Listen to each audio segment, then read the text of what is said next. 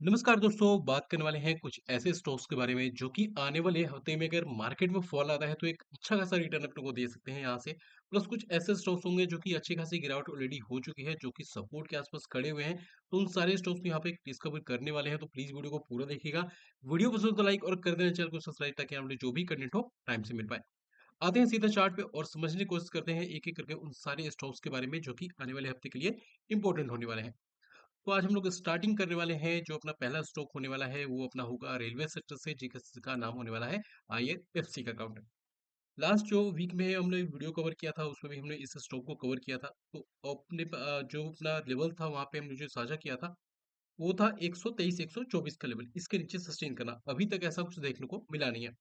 तो फ्राइडे को closing almost हमने देखा प्रीवियस डे के कंपेयर करते हैं लो के आसपास ही देखने को मिली, और 124 के आसपास क्लोजिंग देखने को मिली। तो इसके नीचे फॉल होने का मतलब है कि अपने पास हो सकता है 120 वन 117 16 का सेकंड टारगेट, और अगर बड़ी फॉल आती है तो 113 से लेकर 110 के लोअर लेवल देखने को मिलेंगे। तो आईआरएफसी को इसके नीचे रडार में चलना है, अच्छा खासा फॉल यहाँ से आ सकता है। अब यहाँ पे बात करने वाले हैं अगले स्टॉक के बारे में, वो निकल के आता है मारुति का। तो मारुति के बारे में बात करें तो हमने जो हमने वीडियो आपके साथ शेयर किया था उसमें बोला था इस कैंडल के आसपास कि अगर इसको ब्रेक करता है लो को तो अच्छा खासा फॉल होगा, और अगर हाई को ब्रेक करता है तो अच्छा खासा अपसाइड जाएगा। लो देखने को मिला, अच्छा खासा फॉल हुआ। और फ्राइडे को एक टाइम हमने देखा तो मारुति ने अपना लो लगाया था 11,400 का, और एंड में थोड़ी सी अपने को रिकवरी आती हुई दिखी, और उसका क्लोजिंग देखने को मिली है 11,522 के आसपास। तो एक इंपॉर्टेंट सपोर्ट है, जो इस सपोर्ट को अगर ब्रेक करता है तो एटलीस्ट यहाँ तक का फॉल अपने को देखने को मिल सकता है। तो इस लेवल की अगर बात करते हैं तो वो निकल के आता है 11,460 या फिर 50 का लेवल। इसके नीचे सस्टेन करने का मतलब एक बड़ा फॉल देखने को मिल सकता है। ऑटो सेक्टर यहाँ पे क्यों इंपॉर्टेंट होने वाले हैं आने वाले वीक के लिए, क्योंकि यहाँ पे ऑटो सेक्टर में जो मंथ अपना मार्च है, मार्च मंथ में जो भी इसकी सेलिंग हुई है उनका अपने को डाटा मिलने वाला है, और इस डाटा के बेस पे एक बड़ी उछल कूद देखने को मिलेगी अपने को ऑटो सेक्टर में। रडार में लेकर चलना है मारुति को। अब यहाँ पे दो व्यू बनते हैं। अगर अगर इसके अंदर कोई पॉजिटिव इम्पैक्ट देखने को मिलता है ऑटो को डाटा आने के बाद में, और अपने को कोई गैप अप देखने को मिले या फिर सडन स्पाइक देखने को मिले ऊपर के साइड में, तो इस लेवल को, इस रेंज को अपने को रडार में रख के चलना है। और यहाँ पे अगर लोअर टाइम फ्रेम पे कोई भी बियरनेस के साइन देखने को मिलते हैं then we can go for a selling. बहुत अच्छी खासी अपॉर्चुनिटी बन सकती है पुट के साइड में। लेकिन ध्यान रखना है, जाना है लोअर टाइम फ्रेम पे, और अपने को छोटे से रेंज का अगर ब्रेकडाउन देखने को मिलता है या फिर देखने को मिलता है अपने को थोड़ा सा bearness, then we can go for a put side trade. जब तक ये 12,100 के ऊपर जब तक सस्टेन ना करे मारुति के अंदर फ्रेश खरीदारी करना थोड़ा सा रिस्की हो सकता है। और अगर इसने ब्रेक किया है 11,450 का लेवल, तो हम लोग देखेंगे पोजिशनली तौर पे एटलीस्ट मारुति को 11,200, 11,000 और 10,800 के लोअर लेवल देखने को मिलेंगे।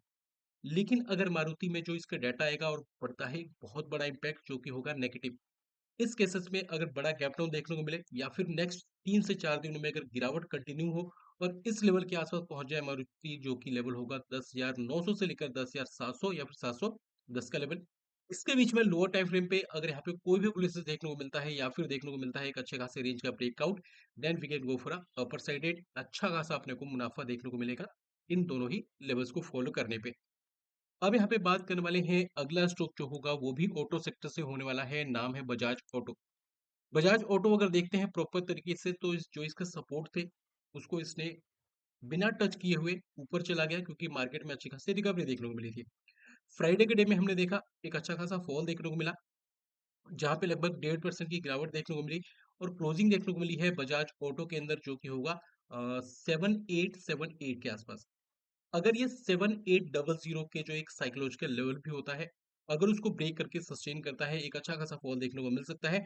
लेकिन अगर इसमें ऑटो का जो डाटा है अगर थोड़ा सा पॉजिटिव आता है और शेयर इसके लिए ऊपर खींच जाने के लिए रेडी होता है, एक बड़ी उछाल अगर देखने को मिलती है या फिर गैप अप देखने को मिलता है, इस लेवल को रडार में के चलना है, जो कि रेंज होगा 8800 से लेकर 9075 या फिर 9100 का। और इसके बीच में कोई भी अपने को बेयरनेस के सिग्नल देखने को मिलते हैं, definitely we can go for a selling side trade, it's mean put side trade. अब यहाँ पे बात करने वाले हैं अगले स्टॉक के बारे में जो कि निकल के आता है इंडस टावर। अब इंडस टावर देखें तो एक ऊपर के लेवल से लगातार सेलिंग देखने को मिली है और लास्ट की अगर हम लोग 4 सेशन की बात करते हैं तो उसमें भी एक बड़ी गिरावट देखने को मिली है। तो अब ये पहुंच चुका है 334 के आसपास। अगर ये ब्रेक करता है अगर ये ब्रेक करता है 331 के लेवल को और सस्टेन करता है, यहाँ पे डाउनसाइड का टारगेट होगा 325, 321 और उसके बाद हो सकता है 315 तक के लोअर लेवल देखने को मिले। अगर कोई बड़ा गैप अप देखने को मिल जाए और या फिर कोई सडन स्पाइक देखने को मिलता है ऑटो से टेलीकॉम सेक्टर में न्यूज़ कोई आती है और इसमें अगर स्पाइक देखने को मिलता है तो इस रेंज को हम लोग कंसीडर कर सकते हैं एज अ सेलिंग जोन के लिए। तो इसको रडार में चलना है इंडस टावर को।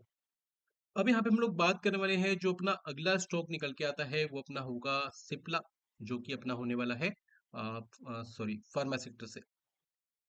अब यहाँ पे हम लोग क्या देख पा रहे हैं प्राइस एक्शन को। यहाँ से प्राइस ने ट्रेंड लाइन का रेजिस्टेंस जो इसने फेस किया था, मतलब एक जो ब्रेकडाउन हुआ था, उसी को ये फॉलो करता हुआ रहा है।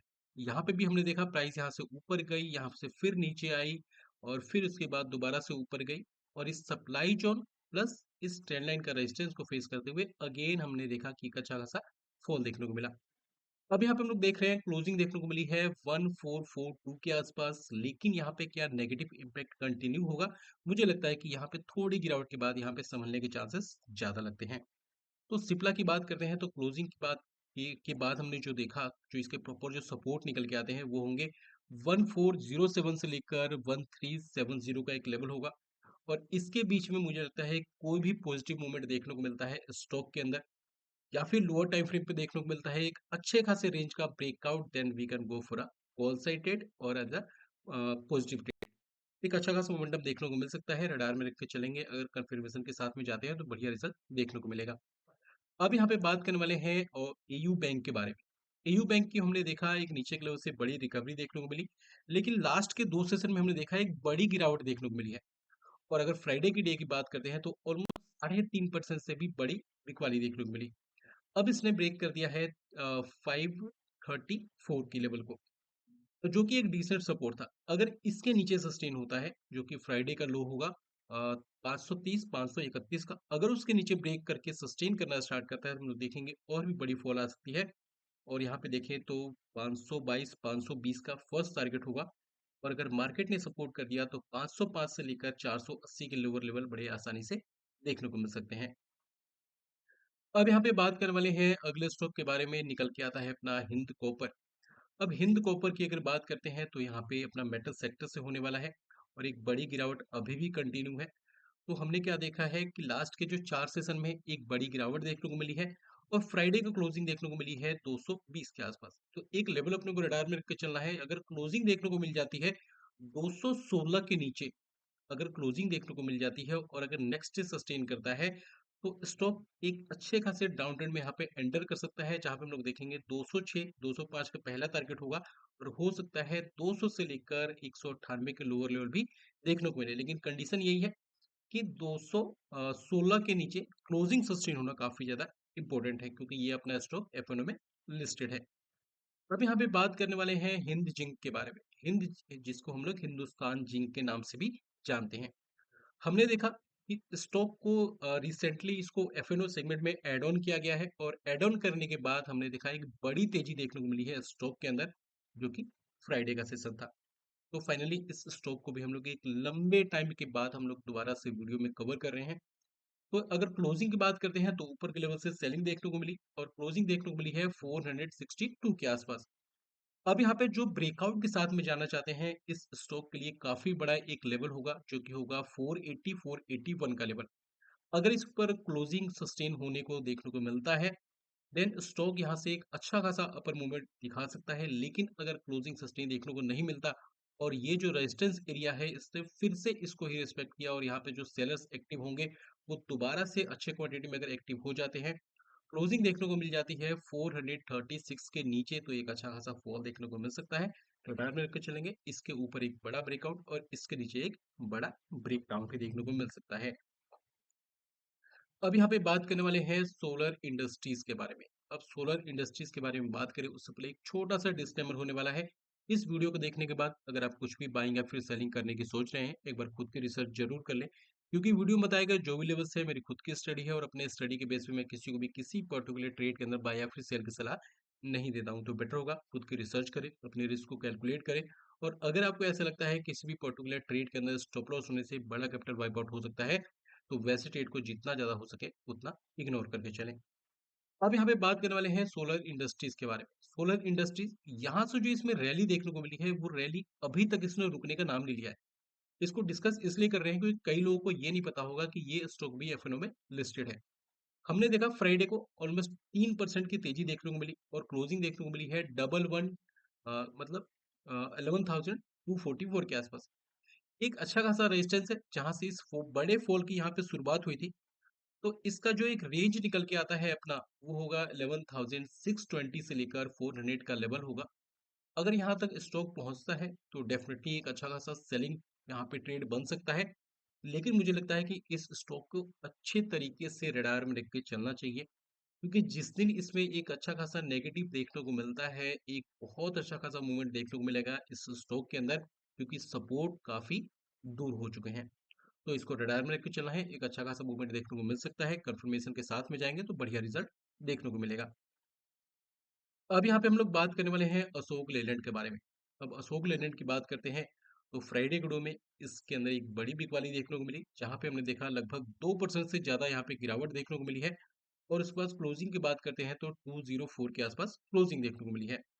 अब यहाँ पे देखें तो जैसा कि ऑटो सेक्टर का डाटा आएगा मार्च मंथ में जो भी इनकी सेलिंग देखने को मिली है, तो अगर कोई बड़ा पॉजिटिव इम्पैक्ट देखने को मिले तो एक लेवल ध्यान रख के चलना है जो कि होगा 215 सॉरी 225 से लेकर 229 का लेवल जो कि बनेगा स्टॉक के लिए पहली रुकावट की वजह। लेकिन अगर कोई बहुत बड़ा गैप अप देखने को मिल जाए या फिर कोई लगातार 2 दिन 3 दिन बाइंग यहाँ पे देखने को मिले स्टॉक के अंदर, एक लेवल रडार में रख के चलना है जो कि होगा 232 से लेकर 38 का लेवल। इसके बीच में अगर स्टॉक आता है इस रेंज में अगर कंसोलिडेट करता है हमें जाना है लोअर टाइम फ्रेम पे कोई भी अपने को बेयरनेस देखने को मिले या फिर देखने को मिले एक छोटे से रेंज का breakdown then we can go for a put side trade. अब यहाँ पे देखिए करंट सीएमपी के अकॉर्डिंग यहाँ पे मुझे लगता है कि अगर यहाँ पे सस्टेन करता है तो एटलीस्ट यहाँ तक का टारगेट जो कि होगा 199 196 195 के लेवल बड़े आसानी से अचीव करने चाहिए कि इसने काफी अच्छे खासे एक रेंज को इसने ब्रेक डाउन कर दिया है। अब यहाँ पे बात करने वाले हैं अगले स्टॉक के बारे में, नाम निकल के आता है सीडीएसएल। अब सीडीएसएल के बारे में बात करें उससे पहले एक छोटी सी रिक्वेस्ट है, अगर आपने वीडियो को अभी तक देखा है प्लीज वीडियो को लाइक और चैनल को कर देना सब्सक्राइब ताकि आने वाले जो भी कंटेंट हो टाइम से मिल पाए। काफी मेहनत करते हैं आपके साथ वीडियो शेयर करने के लिए, एक एक प्रॉपर रिसर्च को आपके साथ शेयर करना। तो प्लीज वीडियो को लाइक और चैनल को कर देना सब्सक्राइब ताकि और भी कंटेंट मिल पाए। प्लस जो अपना इंडेक्स से रिलेटेड जो भी रिसर्च है जो भी हमारा व्यू है आपके साथ सैटरडे को वीडियो के थ्रू अपलोड कर दिया गया था इसी चैनल पे, तो जाके वे आप लोग उसको भी चेकआउट कर सकते हैं जहाँ पे हम लोग gold silver natural gas crude oil सभी की बात की है। अब यहाँ पे बात करने वाले हैं सीडीएसएल के बारे में। सीडीएसएल जो इसका प्रॉपर सपोर्ट था उसने उसके पास एंट्री नहीं दी लेकिन मार्केट में जो अपने को रिकवरी देखने को मिली थी पिछले हफ्ते उस वजह से एक बड़ी यहाँ पे इसमें पॉजिटिव इम्पैक्ट देखने को मिले।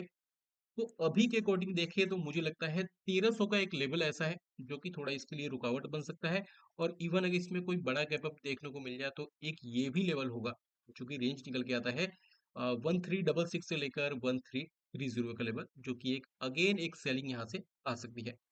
तो मुझे लगता है कि अभी ऊपर के लिए थोड़ा सा वेट एंड वॉच करना चाहिए, बाकी इसमें अगर डाउनफॉल आती है तो मुझे लगता है कि और भी अच्छा खासा गिरावट देखने को मिलना चाहिए।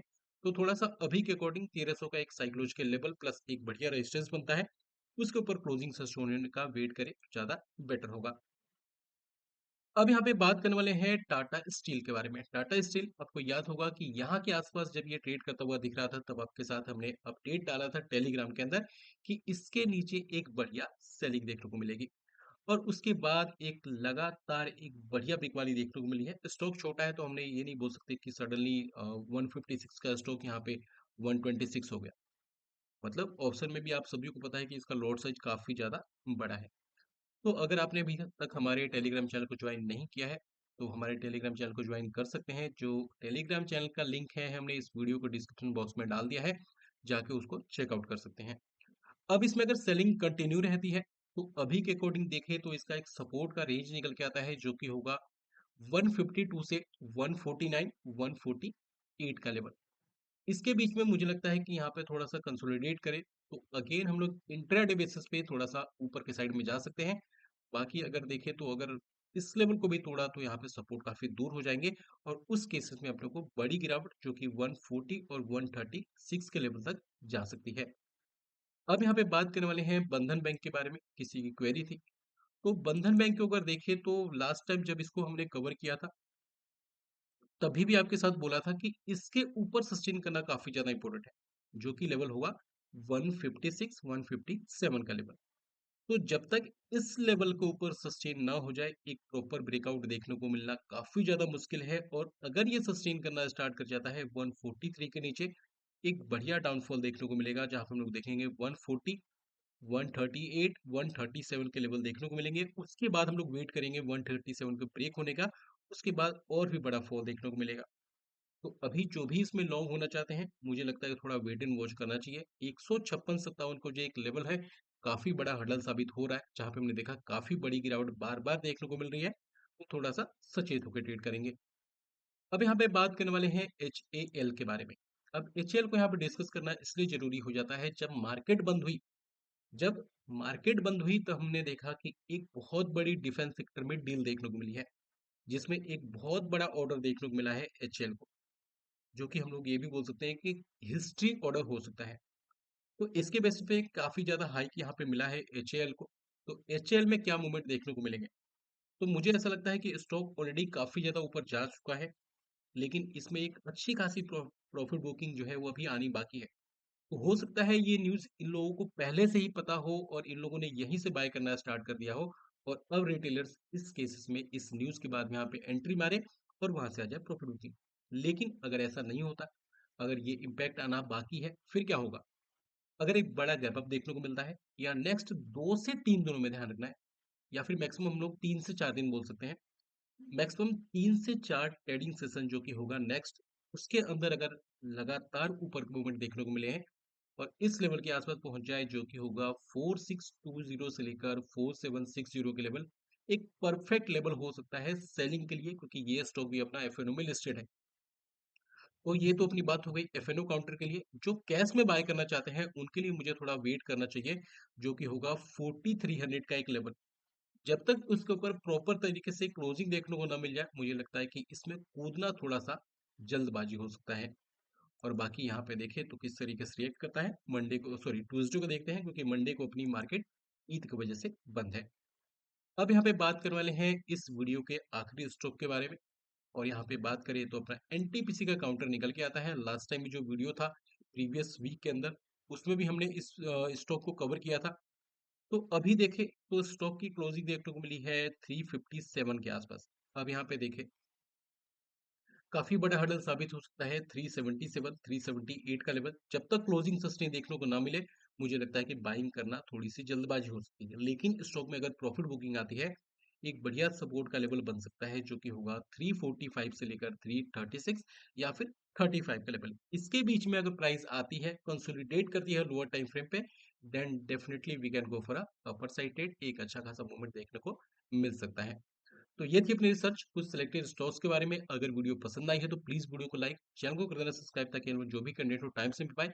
और अगर किसी स्टॉक से रिलेटेड आपकी कोई भी क्वेरी है, you can reach on comment box.